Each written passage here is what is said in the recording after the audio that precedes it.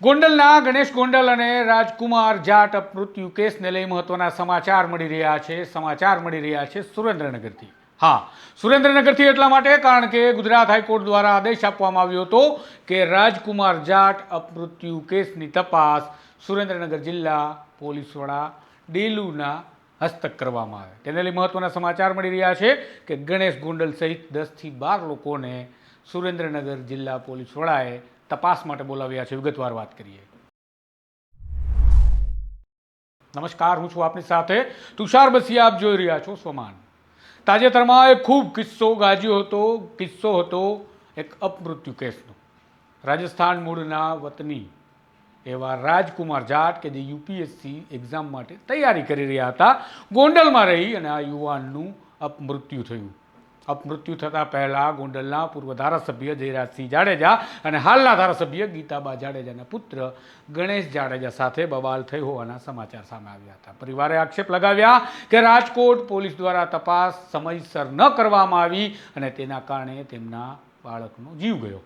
આ મામલે લાંબો સંઘર્ષ કાયદાકીય રીતે ચાલ્યો, સાથે રાજકીય રીતે પણ ચાલ્યો, જેના પડઘા રાજસ્થાન વિધાનસભા સુધી પડ્યા, દેશની લોકસભા સુધી પડ્યા અને અવાજ ઉઠ્યો કે રાજકુમાર જાટ અપમૃત્યુ કેસની તપાસ કરવામાં આવે, આ તપાસ સીબીઆઈને સોંપવામાં આવે। પરંતુ આ તપાસ ગુજરાત હાઈકોર્ટમાં આ અરજી સમયે નિર્ધારિત થયું કે આ મામલાની તપાસ સુરેન્દ્રનગર જિલ્લાના પોલીસ વડા પ્રેમસુખ ડેલુ કરશે। આઈપીએસ પ્રેમસુખ ડેલુ કડક અધિકારીની છાપ ધરાવે છે। જામનગર ખાતે તેમણે નોકરી કરી હતી, ત્યારબાદ બદલી થઈને તેઓ સુરેન્દ્રનગર આવ્યા છે। એ પહેલાં તેઓ અમદાવાદમાં ડીસીપી તરીકે ફરજ બજાવી ચૂક્યા છે। આઈપીએસ પ્રેમસુખ ડેલુ માટે કહેવાય છે કે ભલભલા ગુંડાઓ અને અસામાજિક તત્વો તેમના નામથી ડરે છે અને હવે આ રાજકુમાર જાટ અપમૃત્યુ કેસની તપાસ તેમની નિગરાની હેઠળ થઈ રહી છે, માટે સુરેન્દ્રનગર ખાતે આ તપાસ ચાલી રહી છે અને મહત્ત્વના સમાચાર મળે છે કે ગણેશ ગોંડલ સહિત 10 થી 12 લોકોની તપાસ માટે સુરેન્દ્રનગર પોલીસે બોલાવ્યા છે।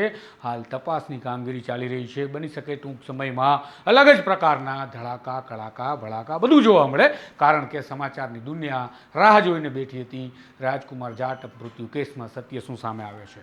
કારણ કે ધારાસભ્ય ગીતાબા જાડેજા, પૂર્વ ધારાસભ્ય જયરાજસિંહ જાડેજાના બંગલામાં ગણેશ ગોંડલના સીસીટીવી ફૂટેજ સામે આવ્યા હતા અને આ સીસીટીવી ફૂટેજમાં જોઈ શકાતું હતું કે રાજકુમાર જાટ અને તેના પિતા રતનલાલ જાટ બંને આ બંગલામાં પહોંચ્યા હતા। ત્યાં કંઈક રકઝક થઈ હતી, બબાલ થઈ હતી। બાદમાં રાજકુમાર જાટ પોતાનું ઘર છોડી નીકળી જાય છે। પિતા ફરિયાદ કરે છે અને માહિતી મળે છે દિવસો બાદ કે રાજકુમાર જાટ મૃત્યુ પામી ચૂક્યો છે।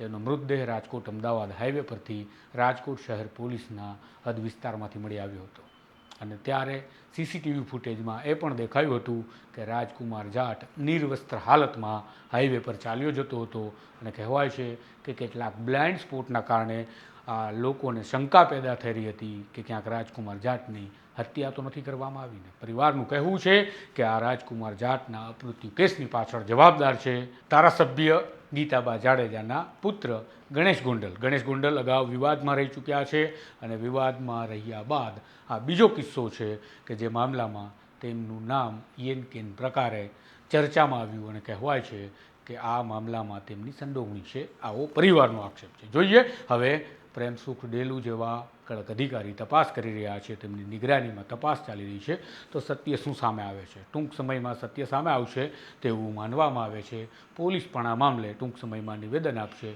તેવું માનવામાં આવે છે। જોઈએ શું થાય છે આ મામલે। બસ સમાચારમાં બસ આટલું। જલ્દી ફરીથી મળીશું સ્વમાન પર। જોડાયેલા રહેજો સ્વમાન સાથે।